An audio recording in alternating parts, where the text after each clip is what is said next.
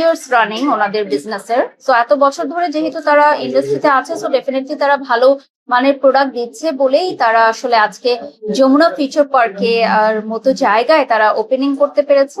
এবং আজকে আর অনেক সেলিব্রিটিসরা আছে, কেয়া পায়েল আছেন, আমি আছেন, ভালো লাগছে। আমি তো সবসময় কাজ পাগল মানুষ।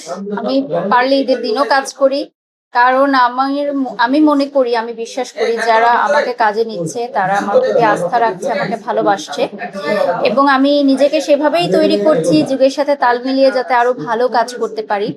তো আজকে ফোনেক্স ব্র্যান্ডের লঞ্চিং এ এসেছি, এবং ওরা দীর্ঘ 8 বছর ধরে আসলে মোবাইল এবং মোবাইলের বিভিন্ন ধরনের যে অ্যাক্সেসরিজ আছে সেগুলো দিয়ে সেবা দান করছে। তো আজকে বাংলাদেশের এবং আমার মনে হয় বিশ্বের অনেক দেশেই এত বড় শপিং মল যেটা হচ্ছে যমুনা ফিউচার পার্ক আমাদের আছে, এটা আমাদের বাংলাদেশের গর্ব। এই যমুনা ফিউচার পার্কে সব উদ্যোক্তাদের একটি ড্রিম থাকে যে তাদের একটি শপ থাকবে।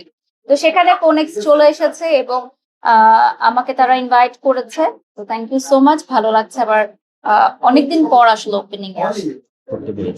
আমি বিশ্বাস করি আমি যে সকল ব্র্যান্ডের সাথেই কাজ করি সেগুলো সবগুলোই মনে রাখার মতো, কারণ প্রত্যেকটাকে আমি আমার নিজের বিজনেস মনে করে কাজ করি। এজন্য কিন্তু উদ্যোক্তারা আমার প্রতি আস্থা রাখে, কারণ আমি কখনোই মনে করি না যে আমি আরেকজনের বিজনেসকে প্রমোট করছি। আমি সবসময় এইটা থিঙ্ক করি যে বিজনেসটা যদি আমার নিজের হতো তাহলে আমি সেটাকে কিভাবে প্রমোট করতাম, সেটার সেল কিভাবে বাড়াতাম, সেটা কিভাবে মার্কেটিং করতাম, সেটার রিচ কিভাবে বাড়াতাম। সো প্রত্যেকটা ব্র্যান্ডই আমার কাছে আসলে স্পেশাল, এবং আমি ওনার্সদের সাথে খুব কানেক্টেড থাকতে পছন্দ করি।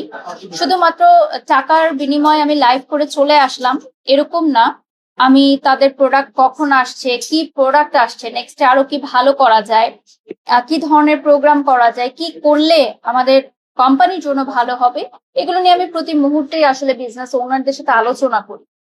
তো এজন্যই হয়তো তারা আমার প্রতি আস্থা রাখে, কারণ বেশিরভাগ ক্ষেত্রে আমি যেটা শুনি যে আমাদের ইন্ডাস্ট্রির অনেক প্রমোটারে অনেক ভালো কাজ করছে, বাট নিজের ভেবে আসলে আপন ভেবে কাজ করাটা খুব গুরুত্বপূর্ণ। আমি এই শুটটা করি, শুটের বিটিএস গুলো আমি যখন কিছু কিছু মানুষকে, আমার খুব কাছের মানুষকে আমি দেখাই যে দেখো আজকে এই শুটটা করলাম, মানে ফেসবুকে দেওয়ার আগে।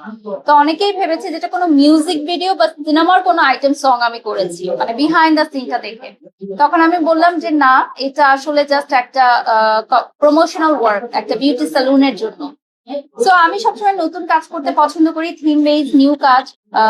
যেহেতু নিজেকে পরিবর্তন করেছি, ঘরে ব্রাজিল আর্জেন্টিনার যুদ্ধ শুরু হয়ে গেছে, যেহেতু আমার হাজবেন্ড ব্রাজিল, আমার মেয়ে আবার আর্জেন্টিনা। তো সে দল ভারী করার জন্য তার মাকেও টেনে নিয়েছে যে মামনি তুমি কোনোভাবে ব্রাজিল করতে পারবে না, তোমাকে আর্জেন্টিনাই করতে হবে। তো আমার মেয়ে তো খেলার কিছু বোঝে না, জাস্ট গোলটা বুঝে, আর ব্লু কালারটাও খুব পছন্দ, এই জন্য সে আর্জেন্টিনা, আর কোনো কারণ নেই। তো তার সাথে সাথে আমিও আর্জেন্টিনার। খেলাগুলো ভাইয়া এবার না টাইমিং এর কারণে একটু অড টাইমে চলে গেছে। হ্যাঁ, যেমন গতকালকে আপনি দেখেছেন ভোর 4টায়, আবার কিছু কিছু খেলা 7টায়, সকাল 7টায়। তো আমি আসলে বেশিরভাগ খেলা দেখিনি, বাট আমি উদ্বোধনী প্রোগ্রামটা দেখেছি এবং দারুণ এনজয় করেছি। আমার কাছে খুবই বিস্ময় লেগেছে যে আসলে আধুনিক উদ্বোধনী অনুষ্ঠান এরকমই হয়, চমক লাগানোর মতো।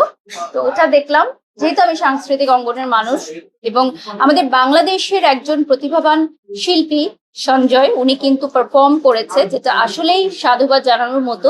সেই বার্তাটা আপনারা সবাইকে দিবেন যে তাকে আমি কনগ্রাচুলেশন জানিয়েছি, এবং সে বিশ্বের দরবারে গিয়েও যে বাংলাদেশের কথা ভুলে যায়নি, তার পোশাকের মাধ্যমে এটা তুলে ধরেছে। এটা আমার কাছে ভীষণ ভালো লেগেছে।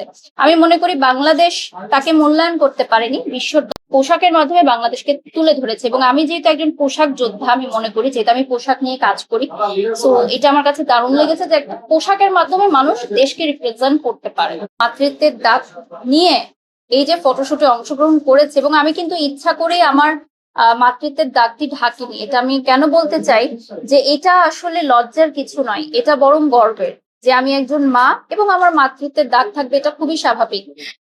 আমি ক্যামেরার সামনে কাজ করছি, বা আমি আর 10টা মেয়ে আমাকে দেখে দেখে শিখছে, তাই বলে যে আমার থাকবে না, এটা কোনো কথা নেই।